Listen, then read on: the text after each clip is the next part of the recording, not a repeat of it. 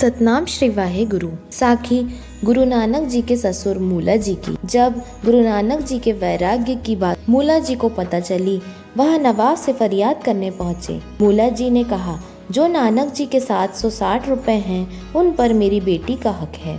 नवाब ने कहा, नानक को बुलाकर हम इस बात का पता करेंगे। जब नानक को बुलाया तब मूला एक मादरी मूला को लेकर आए, जो नानक जी पर पलीता जलाकर उनका धुआं नानक जी पर देने लगे। मूला को ज्ञात हुआ यह कोई साधारण व्यक्ति नहीं है। वहाँ जयराम भी आए। तब नवाब ने कहा, आज जुम्मा है, आज मस्जिद चल के हमारे साथ नमाज पढ़िए। नानक जी ने कहा, ठीक है, और वह नवाब के साथ मस्जिद चले गए। तब कई लोगों ने देखकर कहा, नानक जी अब मुसलमान हो गए हैं। यह बात पूरे सुल्तानपुर में फैल गई, जिससे बहन नानकी व जयराम जी अत्यंत दुखी हो गए। परंतु नानकी जी जानती थी नानक कैसे हैं। जयराम से कहा, आप चिंता ना करें।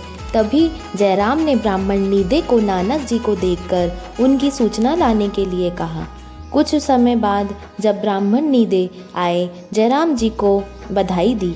जयराम जी और बहन नानकी ने बधाई का कारण पूछा।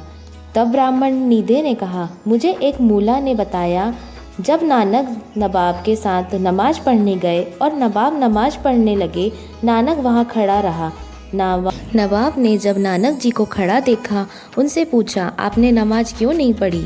तब नानक जी ने कहा, आप वहाँ होते तो मैं आपके साथ नमाज पढ़ता, परंतु आप वहाँ नहीं थे, आपका शरीर था, आपका मन तो घोड़े का व्यापार कर रहा था। तब काजी ने कहा, तुम मेरे साथ ही नमाज पढ़ सकते थे। नानक जी ने कहा, आप भी अपने बच्चे की देखरेख में थे, जो गुम हो गया है। नानकी जी ने कहा, मैंने कहा था ना पतिदेव, आप चिंता ना करें, नानक आते ही होंगे। इतना कहते ही नानक जी आ गए और नानकी जी व जयराम बहुत प्रसन्न हो गए। जब जयराम जी ने पूछा, क्या हुआ वहाँ? नानक जी ने पूरी बात बता दी। वह पैसों के विषय में नवाब ने कहा, जैसे आपकी मर्जी। नवाब ने कहा, आधे पैसे आपकी पत्नी व आधे पैसे गरीबों में बांट दिए जाएंगे। यह कहते ही चांदो जी अपने दोनों बच्चों के साथ जयराम जी के घर आ गए। धन्यवाद।